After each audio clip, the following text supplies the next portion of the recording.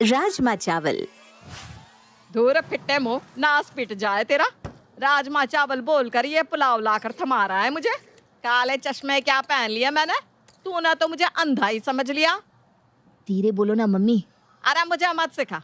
राजमा चावल खिलाएगा बोलकर मुझे यहाँ लाया था ना तू। अरे कैसा रेस्टोरेंट है ये? मुझे राजमा चावल भी नहीं ला कर दे रहे ये लोग। मुझे नहीं खाना यहाँ। परविंदर जोर जोर से चिल्लाने लगती है और उसकी आवाज सुनकर रेस्टोरेंट का मालिक वहां आता है। क्या गलती होगी मैडम, बताइए, हम अभी डिश चेंज कर देते हैं। राजमा चावल लाने को कहा था इसे, और ये बावला देख क्या लेकर आया है? पुलाव। चावल में काजू डालकर 30 मार खान बन रहा है। यही खाना होता तो मैं यहाँ क्यों आती? अरे यार मम्मी, धीरे बोलो, सभी लोग देख रहे हैं। ऐसे ही तुम्हारे इस राजमा चावल के भूत के कारण मेरी शादी मुश्किल हो रखी है, और तुम चिल्लम चिल्ली करोगी तो जो बची कुची इज्जत है ना वो भी चली जाएगी। क्या हुआ परविंदर, तू तो वही बहू लेकर आई थी ना, आ गया स्वाद। लगता है बहू ने अब तक राजमा चावल नहीं खिलाए। मेरे घर में तो राजमा भी है और चावल भी है, बस बनाना किसी को आता नहीं। तू अपना कर देख। खुद के घर पर तो खाने के लाले पड़े हुए हैं और मुझे बोल रही है नास पीटी। चल संजू यहाँ से, वरना इस बबले की हड्डी पसली एक हो जाएगी मेरे हाथों। कंफ्यूज हो गए क्या? अब परविंदर का कैरेक्टर ही ऐसा है, अच्छे अच्छे कंफ्यूज हो जाते हैं। तो मैं और आप क्या है? तो मैं आपको इंट्रोड्यूस करवाती हूँ परविंदर से। परविंदर को बचपन से ही राजमा चावल खाने का बड़ा शौक था। वो अपनी कामवाली के हाथों के राजमा चावल की ऐसी दीवानी थी कि शादी के बाद वो उसे अपने साथ ससुराल भी ले आती है। पर एक दिन उसकी कामवाली ऐसी छुट्टी पर जाती है कि लौट कर आती ही नहीं। बस फिर क्या था, उसके बाद से बेचारी परविंदर का राजमा चावल खाने का सपना सपना ही रह जाता है। अपने इस सपने को पूरा करने के लिए परविंदर ने क्या क्या नहीं किया, अपने बेटे प्रीतम की शादी तक करवा देती है। पर हे भगवान, तेरा लाख लाख शुक्र है, आज मेरा सपना पूरा हो गया। हे अन्नपूर्णा माँ, बहू के हाथों में ऐसा जादू देना कि राजमा चावल का स्वाद बिल्कुल मेरे पसंद के राजमा चावल की तरह निकले। टेबल पर बैठी हुई परविंदर यही सोचती जाती है। आधा घंटा, 1 घंटा, 2 घंटे इसी तरह बीत जाते हैं, पर परविंदर की बड़ी बहू रसोई से बाहर आती ही नहीं। अरे बहू, मैं जानती हूँ कि तू दुनिया की सारी डिशेस बनाना जानती है, पर देख अब ना सारे डिशेस बनाने मत बैठ जाना। मुझे तो बस राजमा चावल खिला दे बहू।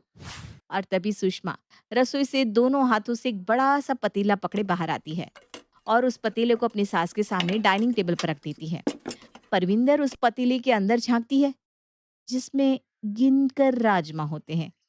ये क्या मजाक है बहू? अब मजाक मत कर। जल्दी जाकर रसोई में जो तूने राजमा चावल बनाए हैं बाहर लेकर आ जा।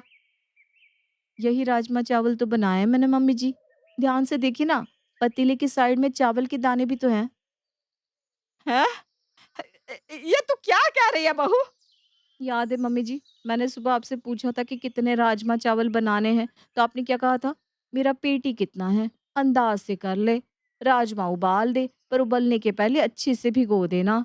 इसलिए मैंने बड़ा सा भगोना लिया और उसमें 4 दाने राजमा के भिगो दिए। वैसे तो आपने चावल का जिक्र भी नहीं किया था, पर मैंने ना 2 दाने चावल के ज्यादा ही भिगोए हैं। अब इसका क्या करना है बताइए ना? हैं?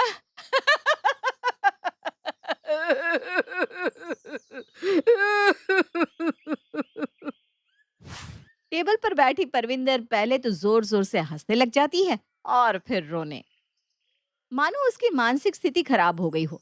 और हो भी क्यों ना, जिस राजमा चावल के लिए उसने अपने बेटे की शादी की थी वो तो सपना ही रह गया था।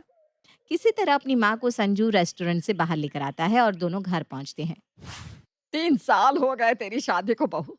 तुझे जरा भी तरस नहीं आता मुझ पर कि आज तो अपनी सास को राजमा चावल खिला दूं।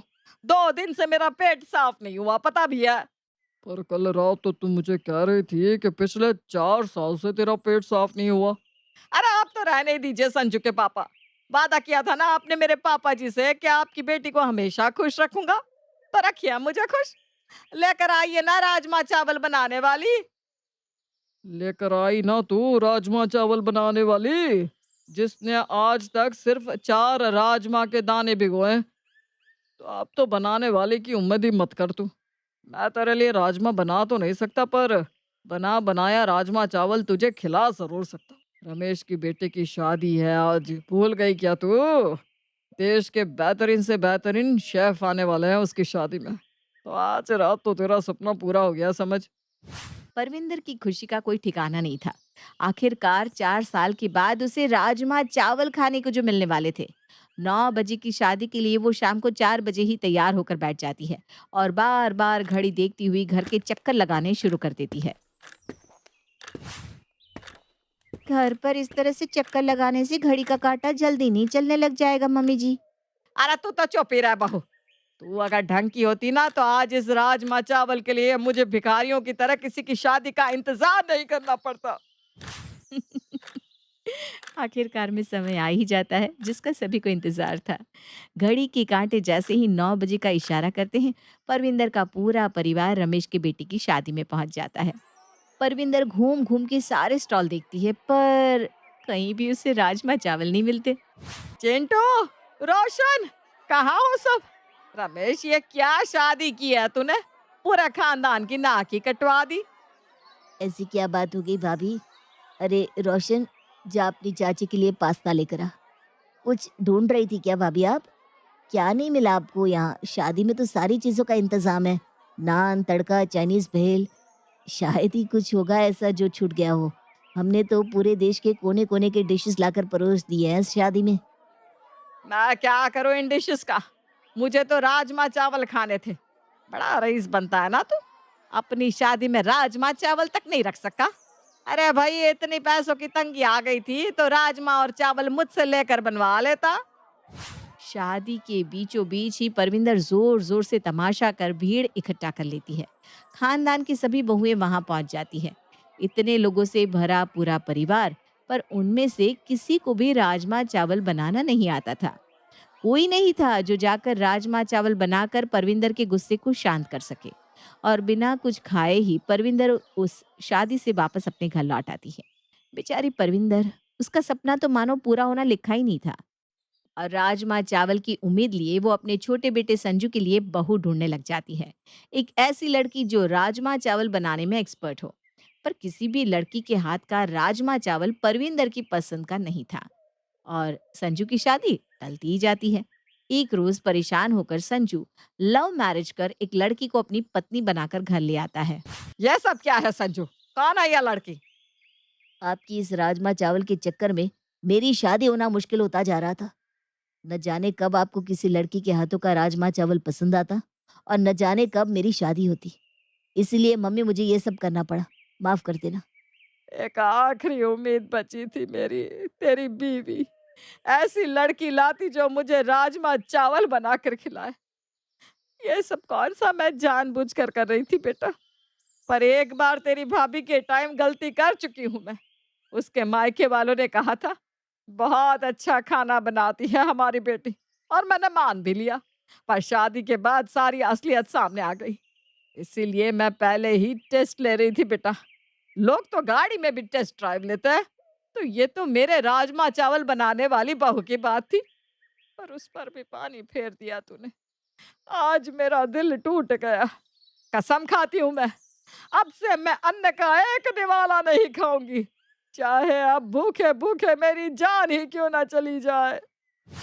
और गुस्से में परविंदर अपने कमरे में जाकर बैठ जाती है।